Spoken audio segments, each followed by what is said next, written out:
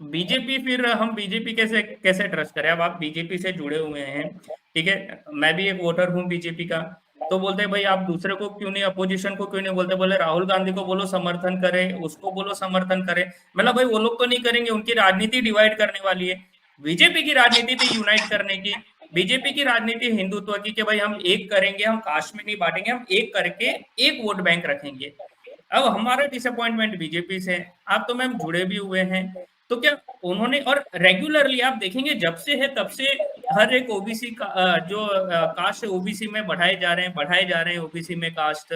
तो फिर बीजेपी तो कास्टिज्म पहले से करते आ रही है। फिर हम बीजेपी को अलग कैसे समझे मैम, और कैसे ट्रस्ट करें बीजेपी पे? और लोग, मैं आपको बता रहा हूँ मैम कैसे है। हाँ, एक एक ये कि लोग बदला लेने के लिए, कि वो समाजवादी पार्टी या दूसरे को जिता देंगे, कांग्रेस को, खाली बीजेपी से बदला लेने के लिए, कि इनको सबक सिखाना है, भले वो इनसे ज्यादा कास्टिज्म कर रही है। लेकिन अब वो ऐसा लग रहा है कि बैक स्टैबिंग हुआ है, कि भाई हमको यूनाइट करो, आप डिवाइड कर रहे हो हमको। तो मैम बीजेपी में इंटरनली कोई बात नहीं होती है ऐसी, इस तरीके से? देखिए देखिए, मेरा कहना ये है कि मैंने और आपने भाजपा को वोट दी, ठीक है? और मैंने भाजपा को ये सोच के कि हिंदूवादियों की पार्टी है और मेरे बच्चे और जिहादियों के बीच में खड़ी रहेगी, है ना? देखिए, मैं अपना पॉइंट ऑफ व्यू बताती हूँ। मुझे लगा कि देश में अगर हिंदुत्व की कोई बात करेगा तो भाजपा करेगी, संघ करेगा, पहले से करते आ रहे हैं। हम तो बालकाल से, देखिए मैं बालकाल संघ हूँ, मुझे कोई इसमें कुछ शर्म नहीं है, और मेरी मतलब वैल्यूज अलग है। मेरी वैल्यूज हिंदुत्व है सबसे पहले, उसके बाद राष्ट्रवाद। सबसे पहले मैं अपने परिवार को रखती हूँ, सबसे ऊपर मेरा परिवार है, उसके बाद मेरा धर्म है, फिर जो है मेरा राष्ट्र है, मेरी प्रायोरिटी है। अब मैंने और आपने वोट दी भाजपा को, ठीक है नी? मैं राहुल से क्यों पूछने जाऊं कि तू क्या कर रहा है, ये नियम का तू विरोध क्यों नहीं कर रहा? मैं क्यों जाऊं उससे पूछने? मैंने वोट किसे दिया, सरकार किसकी है, मैं किस पार्टी से जुड़ी हुई? मैंने जिसको वोट दी, मैंने जिसकी मतलब समर्थन किया, मैं 2 महीने अपने छोटे छोटे बच्चे को छोड़ के मोदी जी के कैंप में बनारस रही, तो मैं सवाल किससे पूछने जाऊंगी? जब उन्हीं बच्चों के भविष्य का सवाल आएगा, मैं तो मोदी जी से पूछूंगी। मुझे राहुल गांधी पर बिल्कुल दो पैसे का भरोसा नहीं है, कबाड़ आदमी है, देश को सिर्फ बर्बाद करेगा। मैं क्यों उसके बारे में सोचूं, मैं क्यों पूछूं उससे? मेरे को कोई दिक्कत होगी तो मैं क्यों उम्मीद लगाऊं कि राहुल गांधी या केजरीवाल मेरे फेवर में बोलेगा? क्यों बोलेगा भाई, क्यों बोलेगा? जहां कोर वोटर का नुकसान होगा वो तो चाहेंगे कि हम रोते पीटते रहें, और हमारे बारे में वो कभी कुछ नहीं बोलेंगे। क्यों? क्योंकि हम उनके कोर वोटर थोड़ी हैं। उनके कोर वोटर कौन है? ओबीसी, एससी, एसटी, मुस्लिम, मेनली मुस्लिम। वो मुसलमानों के लिए बोल रहे हैं। आज देखो खेमनाई की खुद की बीवियां नहीं रो रही होंगी जितनी यहाँ सारी कांग्रेसन रो रही है? मतलब इतनी खन्ना की बहुत सारी बीवियां होंगी, एक आध तो नहीं होगी, ज्यादा ही होंगी, आपको पता ही है। तो मतलब इतना उसके घर में विलाप नहीं हो रहा होगा जितना कश्मीर में विलाप हो रहा है, इतने उसके जायज नाजायज औलाद नहीं रो रही होंगी जितनी यहाँ पूरा हिंदुस्तान में उसके मतलब सो कॉल्ड बच्चे रो रहे हैं। तो आप ही देखो, उस स्थिति में मेरा सवाल मोदी जी से होगा, मेरा सवाल सरकार से होगा, मेरी जो उम्मीद है वो मेरी चुनी हुई सरकार से होगी जिसको मैंने वोट दी, है ना जी? अब इस स्थिति में अगर कोई ये सोचता हो कि भाजपा को हरा के आपको कोई फायदा होने वाला है, देखिए ये बहुत ही मूर्खतापूर्ण विचार है। उसके पीछे मैं वजह बताती हूँ। कोई किसी भी चीज को खतरा मानता हो, मैं दुनिया में सिर्फ एक चीज को खतरा मानती हूँ और वो है जिहाद। आप पूरी दुनिया देख लो, जिस टाइम आग में जल रही है वो सिर्फ जिहाद की आग में जल रही है। सिर्फ जिहादी जो है, मुट्ठी भर देश है इनके, छोटे छोटे से देश है, इन्होंने पूरी दुनिया में आग लगा रखी है। और अगर किसी को गलत फहमी हो कि यहाँ बच जाओगे, तो यहाँ देखो रोज आपकी लड़कियां ले जाते हैं, रोज उनका नाम बदल देते हैं, रोज उनको गधा बना के उनसे शादी कर लेते हैं, फिर वो सारी तुम्हारी सूटकेसों में मिल रही है। हर तीसरी शहर में तुम्हें खबर मिल जाएगी कि एक नाबालिग मुस्लिम बच्चे ने अपने साथ के बच्चे के चाकू मार दिए, घोप दिया, मार दिया। अभी वास्तविक आपने हाल देख ही लिया इन्होंने क्या किया। छोटे छोटे लड़के थे दोनों।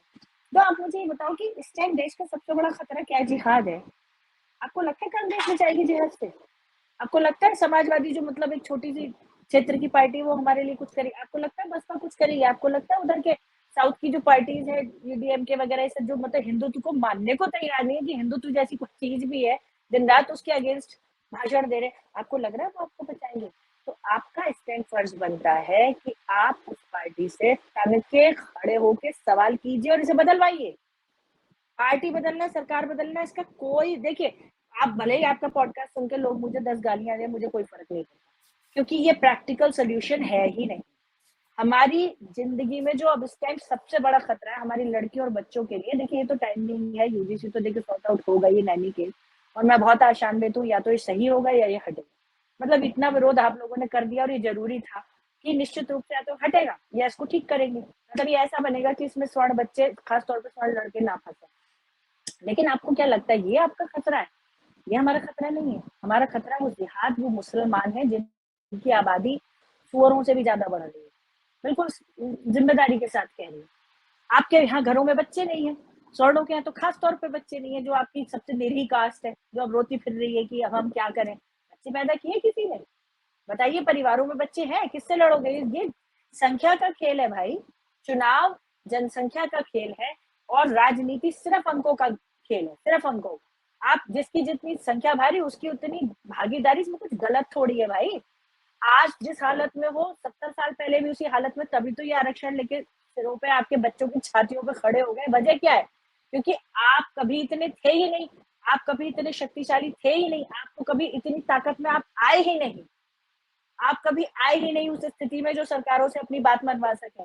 बताइए, आज इनकी छोड़ के कोई दूसरी सरकार आ जाए, आप क्या तीर मार लीजिएगा? बताइए।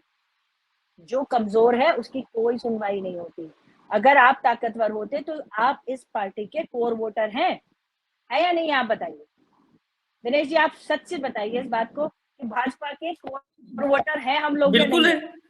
बिल्कुल है, है? बिल्कुल है। और अगर और अगर हमें इस पार्टी में कुछ नहीं मिल रहा, जिसके हम कोर वोटर हैं, किसकी कमी है? किसकी कमी है? किसकी कमजोरी है? हमारी।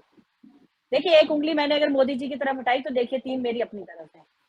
ये उंगलियों का आत्ममंथन का समय है कि मैं क्या कर रही हूँ। अगर मैं ताकतवर नहीं हूँ तो किसी की भी सरकार आ जाए, राजीव गांधी मुझे क्या देगा, राहुल गांधी मुझे क्या देगा, अखिलेश बाबू मुझे क्या देंगे, मायावती जी मुझे क्या देंगी, जब मैं इस स्थिति में ही नहीं हूँ कि मैं अपनी कोई बात मनवा सकूं।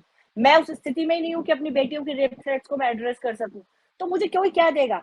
और अगर किसी को, बेवकूफ को ये लगता हो कि भाई इनकी सरकारें हटाने से, इनकी सरकार हटाने से तुम बच जाओगे या इनको सबक सिखा दे, इनको कोई सबक नहीं मिलना। सबक आपको और मुझे मिलेगा, सबक आपकी बेटी को और मेरी बेटी को मिलेगा। इन्हें कोई सबक नहीं मिलना। देखो, बिल्कुल जिम्मेदारी से कह रही हूँ, उनके तो सबके बच्चों के, सबके बच्चे बाहर है, सबके बच्चे बाहर है। मेरे और आपके बच्चे यहाँ पर हैं। हम फंसेंगे, हमारे बच्चे फंसेंगे, हमारी बेटियों की बेइज्जती होगी, हमारे बच्चों की पिटाई होगी। इनके सबके बच्चे बाहर हैं, चाहे वो किसी भी पार्टी के नेता हैं, उनके सबके बच्चे बाहर हैं। और सबके बच्चे बाहर नहीं जा सकते। और क्यों जाए? क्यों जाए? मेरे बच्चे अपना देश छोड़ के दूसरे देश में सेकंड ग्रेड नागरिक क्यों बनने जाए भाई? मैंने तो एक अच्छे भविष्य का सपना यहीं देखा है ना, उसके लिए मैं मेहनत कर रही हूँ ना, टैक्स भर रही हूँ ना, पूरी तरह से हिंदुओं के साथ जुड़ के हिंदुत्व की विचारधारा पे अपने बच्चों को आगे बढ़ाना चाहती हूँ। तो मेरे बच्चे क्यों जाए देश छोड़ के? सिर्फ इनके लालच में, इनकी वोटों की लालच में, इनकी राजनीति की गंदी विसातों में मेरे और आपके बच्चे क्यों फंसे हैं? तो ये तो देखिए गलत। आप लोग सोचिए कि आप इन्हें सबक सिखा दोगे, कोई सबक नहीं सीखे। सबक सीखेगा हिंदू।